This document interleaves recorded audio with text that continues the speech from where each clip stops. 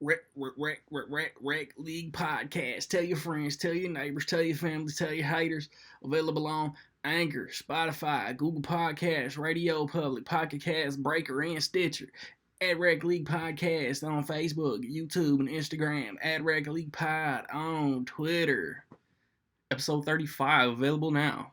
Yo, whether you watching this from Facebook, Twitter, click the link in my Instagram or YouTube itself. What up, world? So I just watched The Invisible Man.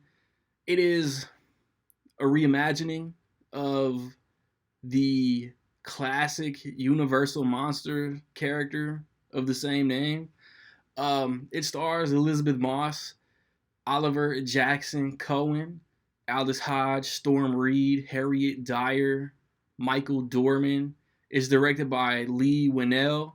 I hope that's how you say his name. I looked it up. Couldn't find a concrete enunciation. He directed Upgrade like 2 years ago. He was with Carrie Elways trapped in the cellar, boiler room, whatever it was in Saw. And he wrote Saw, I think, and he's written some other horror. If you want to get a shout out in my review of either Onward or The Way Back, I haven't decided what I'm going to see first yet. Stay tuned to the end of the video to figure out how you can do that. So, you got Elizabeth Moss, and she is in an abusive relationship.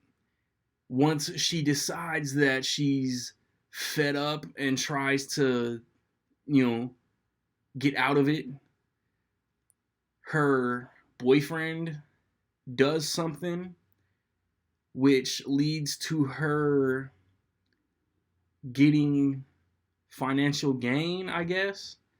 And then things start to happen. She, just things start to happen that make her look mentally unstable. And she has to prove herself right. I don't remember if I said it in my most anticipated video, but this movie was just on the outside. It was just on the outside of my most anticipated movies of the year. And lately, Halloween, Get Out, Split, Glass, Happy Death Day, Blumhouse has really been calling me. I don't know what to say, man. They've been making some good horror, in my opinion, and this is another one. I was looking forward to this. The trailers were creepy, and the handprint on the shower door was creepy. She'd breathe in the cold, and there'd be cold breath right behind her head. It was creepy, and I was excited for this movie. Everybody's going to talk about how great Elizabeth Moss is in this movie, and it's like nobody's seen Mad Men. If you've seen Mad Men, her killing it on screen should not be a shock. She's good in this movie. She's overly stressed, and you can see just how much all this is weighing on her throughout the movie. And nobody believes her. Things happen, and she'll tell somebody, and they'll just look at her like, you're tripping. And that's cool. That's the thing about this movie. How do you beat what you can't see? I was telling one of my guys in the group chat, this movie is some of the best tension-filled horror probably since A Quiet Place. That's almost 2 years. And it's the very beginning. The first 5 minutes of this movie are crazy tense. And I jumped. I ain't gonna lie to you, I jumped at the very beginning, so I knew that I was gonna enjoy what was gonna happen. It was well made. There was good build up. There's one scene that just had me completely floored. Actually, there was 2 or 3, but the first one that had me floored was the one that I was just so caught off guard. And you Aldous Hodge. I just watched Brian Banks a week ago, and in my Letterboxd review, if Nate Parker can't get it, Aldous Hodge is my new fan cast for Jon Stewart. He'd be a dope Green Lantern.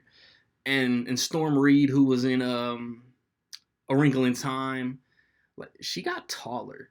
Like A Wrinkle in Time was what, like 2 years old already, and she was like a little like can't color inside the lines, and all of a sudden she talking about going to college in this movie, and like there was good chemistry. Like it felt like they were friends. Like that's the thing. Like it's contained and it's tense all the way through, and you never know what's about to happen. There are a couple things from the trailers that didn't make the movie though. A couple of them though was like stuff that I really wanted to see.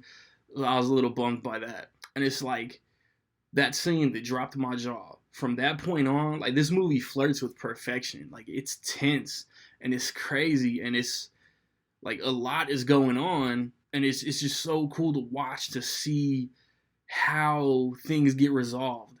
And it felt like it was gonna be over, and then there's twists and turns that I just did not see coming. And that's what I loved about this movie, that it kept me guessing. Like there are gonna be a couple people out there, that was expected, it was predictable.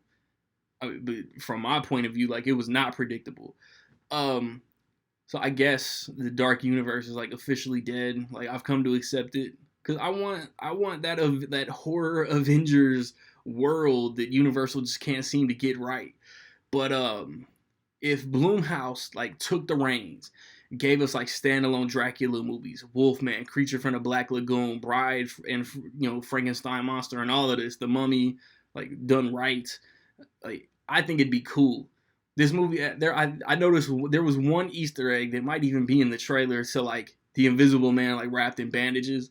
Like it didn't get like that, and like the reasonings for being invisible were different than what I expected, and it was just all really cool. If you're looking forward to this, I recommend checking it out, man.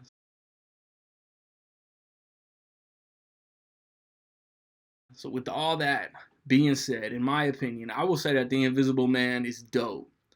Have you seen The Invisible Man? What you think about it? Positive, negative, somewhere in between? Let me know. If you want that shout out in my review for Onward or The Way Back, just within $2 million, man, higher or lower. How much is The Invisible Man gonna make opening weekend? Be the first, be the closest. Get your guesses in by noon Central Time Sunday, and you get shouted. I've recently posted reviews for the Impractical Jokers movie, for The Gentleman, Birds of Prey, Sonic, Photograph. Check those out, man. Like I said, we about to be in March. Next weekend, I want to watch Onward, The Way Back, like I said. And then the weekend after that, The Hunt comes out. I want another Bloomhouse. I want to see that. And then my theater probably won't even get it, though, to be completely honest. And then I might see My Spy. I'm on the fence. I might not do. I don't know. There's something else that comes out that weekend too that I'm just not sure if I want to watch. And then the Spencer Confidential, Peter Berg directed Mark Wahlberg movie on Netflix. Rec League podcast, man. We covered the Oscars. We talked about clout chasing in the social media movie communities, man. We talked about NBA All-Star Weekend and that Royce 5'9" album, The Allegory. Check that out, man. Like, subscribe, comments. Find me where you find me, man. Don't know where to find me. Watch these credits. Peace.